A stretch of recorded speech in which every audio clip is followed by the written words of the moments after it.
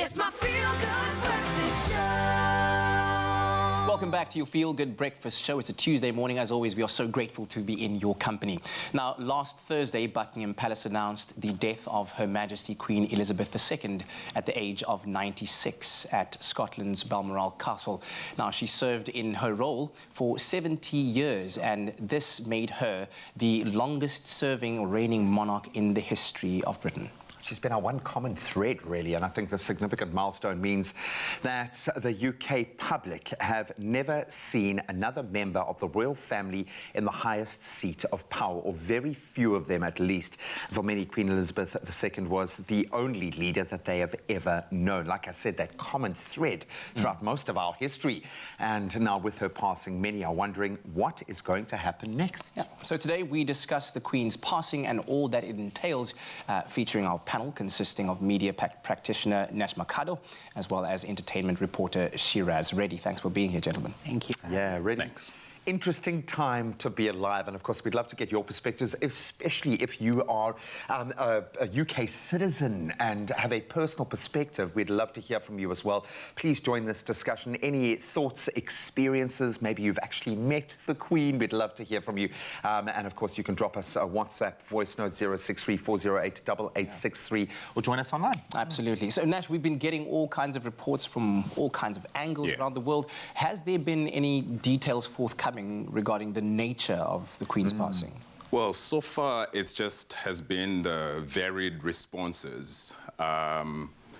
This has been the significance of it. You've had responses that range from the militant, the philosophical, you know, the emotive, but the question that I find that's standing out right now is how is the new King Charles going to lobby the British government to redress the problems of colonialism around the world? Yeah, because it feels like there is an opportunity now. And I think that's been this line that's needed to be walked here. Well, yes, we want to show our respect and we want to commemorate an incredible life lived in servitude. It has been, regardless of your thoughts of the monarchy as a structure, when we look at her personal devotion to her role, unmatched probably in history, which is remarkable in itself. But we've got to get through a certain amount of ceremony in this.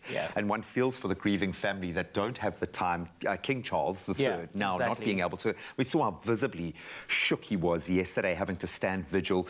What are the plans in place now? How is this all going to play out, building obviously towards the funeral? So it's quite, obviously, like you mentioned, it is quite an administrative heavy process. It started about a week ago, almost a week ago. It is a long 9-day process. It starts obviously with the Prime Minister, Liz Truss, who obviously needs to go acknowledge the body. She then obviously got the message from the Queen's, or the late Queen's secretary, and then she ushered the coffin into Westminster Abbey, where it's now resting and waiting. And the public gets a 3-day grieving process starting on Friday, ahead of the funeral taking place next week, Monday. But the family in between have all sorts of media obligations, and I think that must be really hard for them and emotionally taxing during this time. But more importantly is how everyone in the UK, in the United Kingdom, and across the world has come together to support them during this process, this really, you know, rather difficult time. But also, I just love how the King has come up and said, you know, I'm going to take my moment, I'm going to stand proud. And with, you know, now Camilla, the Queen Cornset, who is a part of this process and is really getting the support needed, but it is a process that has been really administrative heavy. But I think they're doing really well. Yeah. They're doing And really he well. looks ready. Yeah. Or I suppose he's been preparing his entire life. His entire life. And you know, you speak of the outpouring of support and mourners who've gathered from all around the world to be there in support of not just the monarchy and the family itself, but, you know, for the people of the United Kingdom. But there also, Nash, have been many detractors whose focus has been, and you mentioned it earlier on, the stigma and the legacy of colonialism. And perhaps if I could offer you a moment to maybe speak on that, if you will. What is your stance on what you're seeing and how you feel about it? Yeah, really, the moment has been undermined. It's from a place of protest. It's from a place of hurt. But this is a significant moment in our time where we have to pause and reflect. this is somebody who reigned for 70 years and whose legacy can be traced 1,200 years. You know, like her lineage can be traced 1,200 years back into the past. So incredible. Yeah. Even though there are political ideas surrounding the empire that she presided over, and even when some say that there are problems that we should be focusing on in the world right now, this is a significant moment of our time, and we surely have to pause and reflect and see how her reign affected the world and how she served her people. Yeah, an opportunity for all of us, I think, to pause and think at the moment. But of course, we haven't mentioned Harry or Meghan once this morning, so we are failing miserably. We will be chatting about the family and the celebrity that has been attached to that family over the past year. But yes, we are talking about the passing of Queen Elizabeth II at the moment. And of course, now stepping into that space, King Charles III, who is now the reigning monarch of the United Kingdom and the Commonwealth. It's my feel-good breakfast show. Welcome back as we continue our discussion about the recent passing of Queen Elizabeth II and those implications for the UK and indeed the rest of the world going forward, because this is, as much as we'd like to work around it, a global event. And we return now to our wonderful panel this morning consisting of media practitioner Nash Makaro as well as entertainment reporter Shiraz Reddy. Thanks, guys. Enjoying this discussion, but it's proving to be quite an emotive, polarizing thing to actually think through. Yeah. Absolutely, and we'd love to hear your thoughts as well. We've got a voice note from Ronald. Let's have a listen. Expresso. Yeah, it feels like we've lost a mother figure. She was loved by everybody, all over the world.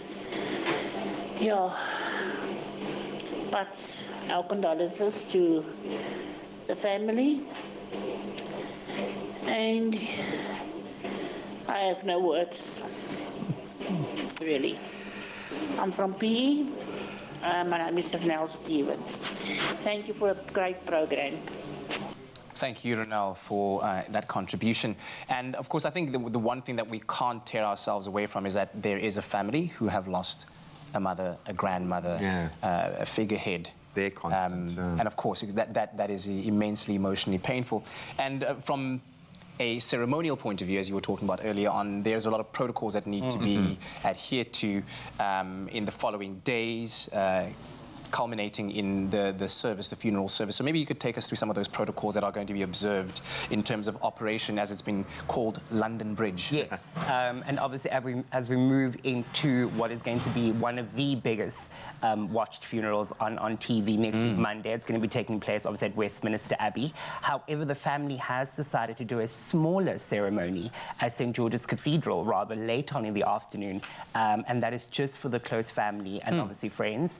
There will be no government figures. We're talking about it off air about how this will affect that process. However, they are going to ensure that they give the public an opportunity to grieve. They have 3 days from Friday up until Sunday to go to Westminster Abbey and pay their respects, that being obviously the public of the United Kingdom, which is very important, you know. And I do believe that, again, the royal family will take to the streets like they did for the late Princess Diana, but however, the procession will be a little bit smaller, and just to keep with that poise, you know, that the Queen always had, of keeping things together and subtle and to the point. And that's exactly what they're going to be doing. I think it's really important to honour her in that way. Yeah, and I keep using the word continuity. If you think of how much has changed over the 7 decades that Queen Elizabeth reigned, she pretty much remained as a constant, which I suppose maybe frustrates some that there wasn't more of a shift during that time in terms of what the monarchy represented.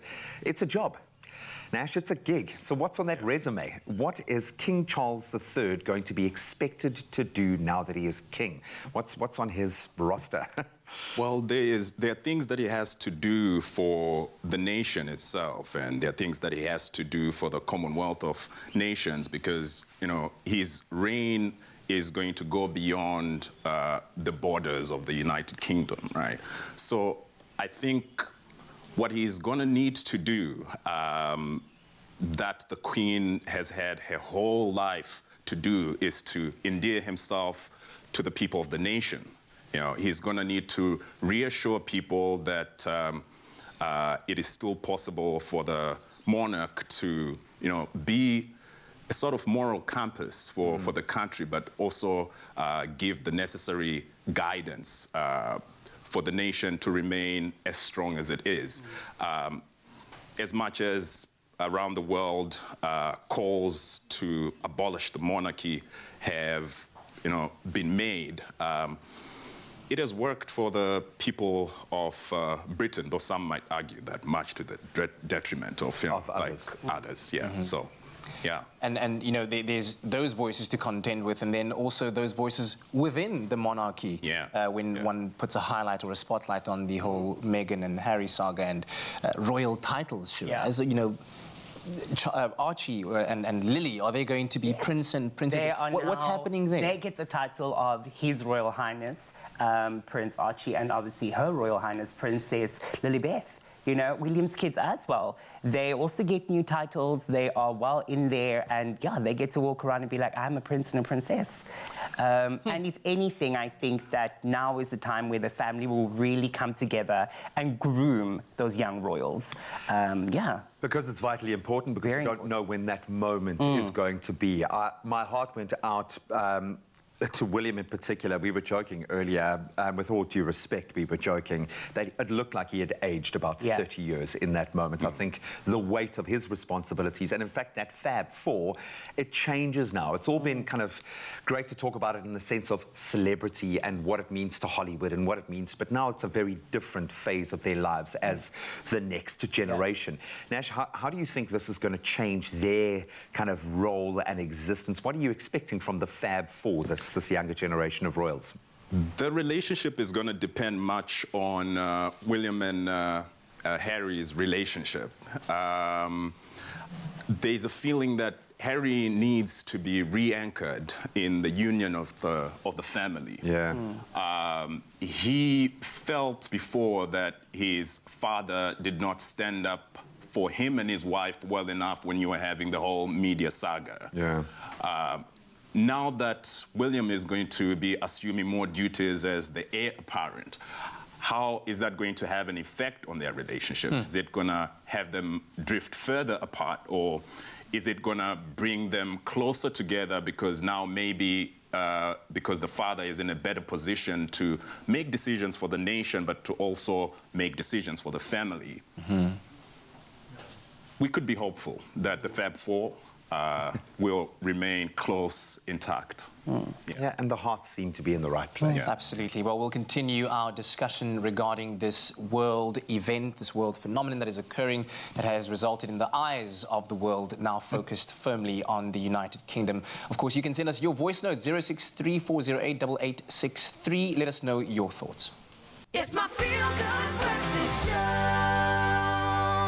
Welcome back as we delve back into what is proving to be quite an interesting discussion this morning about the passing of Queen Elizabeth II. Now, since her passing last Thursday, commentators, academics, spiritual leaders, the public, all of us, I think, have been taking to social media in some way, I think fully wrestling with the British monarchy's lasting influence in light of this passing. It's forced us to hold up a mirror and do some deep thinking. And once again, we are joined by our panel consisting of media practitioner Nash Mercado, as well as entertainment reporter Shiraz Reddy. We're going to wrap up our conversation now, but thank you so much, gents. This really has been great. And Nash, we can't shy away from the emboldening effect of the passing of Her Majesty and its effect on people out there to really voice their opinions, where others have been on the side of mourning, others have been reflecting, as we said earlier, on the historical atrocities perpetrated by the British Empire. Why do you think that this has become such a pertinent thing? I mean, obviously, over the years we could have been talking about this, but why now? Well, the death of the Queen is a significant event. It's an event that has placed the whole world on pause. You know, it's like one of those events that just forces people to reflect, and you know, it almost seems as though people wanted to mourn the death of the Queen, but also they wanted to use this as a platform to highlight some of the challenges that have that the world has faced due to the misadventures of the British Empire. So yeah, while it is the time to actually pause and reflect, I think that the discourse surrounding the passing of the Queen has been quite rich. It has been from academics, it has been from religious leaders, it has been from so many areas in society, really. So yes, this is a significant event that has facilitated a gamut of ideas and started a very interesting dialogue. I think it's important that we manage our expectations through this process, because I think a lot of us want to see a big shift, want to see a big change. If we haven't seen it in 70 years with the opportunities that have been presented, I don't think we're going to see a massive shift now. Hopefully we will see a redirection of energies of sorts. One of these little mini battle lines that very interestingly has come out now has been centered on the jewels, on the diamonds, some pretty sizable... big debate. Big diamonds. Literally. Lots of carrots have gone from here. The Star of Africa or the cullinan? You know what I'm saying? And a lot of people have been saying, well, this is the time to give it back. What are your thoughts here? I think it is time. I think that we are worthy of getting it back. I think now is the moment. And I think in memory of the late Queen, I think that it would be only right. Many would debate that, no, it should stay with them, or with the royal family rather, but I believe that it should come back, and again in memory of her and the time that she did spend here and work in building what is now our democratic republic. Prior to that, the history of it and an era that has to be dissolved, and by bringing that back we can close that circle. And I believe that that is an opportunity for that circle to be closed by returning those jewels. And perhaps that's just one of the reparations that people from across the world are saying should be a consequence of where we are right now in the passing of the Queen. What are some of the other, in as far as you've read and have filtered through your research, Nash, those reparations that people are expecting at this time? Well, one of the things that keeps coming up in conversation is, of course, the land issue in former British colonies, But I think that King Charles, the first step that he could make is to maybe borrow Pope Francis's blueprint, where he has been going around the world just acknowledging the pain and the suffering that has occurred at the hands of the Catholic Church. So I think the first step is to probably just travel around the world and, symbolically, that'd be huge. You know what I mean? Yeah. And by the way, about the diamond that has to be returned to South Africa, it kind of reminds me of these birds that were stolen from Great Zimbabwe. The Zimbabwean birds, they went around the world, but then now slowly they were returned to the country. I think a couple of them have been returned to the country now, and there still remains one or two that are outside of the country. In private collection. Yeah. It could be a good thing for King Charles III in establishing his own style of, leadership, to say, hey, here's something that was taken from you. It is not us. I heard it's worth $400 million. Yeah, look, I mean, it would be interesting to see what could be done with a shift in resources in that sense. Looking at a positive spin, because we are in a state of flux, and we've seen a lot of nations making these reparations. We've seen a lot of artifacts being returned. We saw a story recently in Nigeria. So it seems like nations, certainly European nations, are understanding that there is a need to at least put their hands up and admit culpability at this phase. And if you look at the current generations, you might not have committed those atrocities. Your one responsibility, starting, is to admit what happened. So at least we need that dialogue to be there. What is going to change? Do you think there is a space for the monarchy still? And I mean this in the notion of what a monarchy is. We spoke about this briefly earlier on, and my personal opinion, and I'm pretty sure there are quite a few people that agree with me, and then there's those that won't.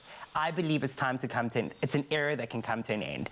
I know that even in our very own country, there are spaces where people still believe in that, but I believe it is time for it. An end of an era, and also just to remind us of the past. It's a constant constant reminder. And I think that we need to move forward, and to come to your point earlier on, I believe that King Charles III can start that. He should pioneer that movement, or rather try to. Yeah. What's your standpoint on that, Nash? The abolishing of the monarchy, or the concept of monarchies around the world? I mean, obviously, the stark focus is now on Great Britain. But what is your stance on that? Because they are a massive symbol of tradition, of Certainly heritage, on this continent. legacy, on this continent as well. Yeah. But obviously, as I said, the focus is now where it is. It is indeed reminiscent of a very, painful past. But I think that the relevance of the monarchy really stands with the British people. It's the people that are being served. Does it still serve them? That's the question that is being asked. They are the ones who have the power to either put an end to this or to sustain it. How do they feel about this symbolic separation of power added on to the legislature, the executive, and the judiciary? How do they feel about it? It's going to be one to watch. I think we've given you some gristle to chew on this morning, so I hope it has inspired some critical thinking on your part. But as this applies to our little corner of Africa, some very big questions raised, and hopefully the entire world now is asking those questions at the very least. But we have to still, at this moment in history, recognize an incredible life lived in the servitude of her people of the United Kingdom. So we do send all of our thoughts and prayers to the members of the United Kingdom at this moment, in this time of mourning.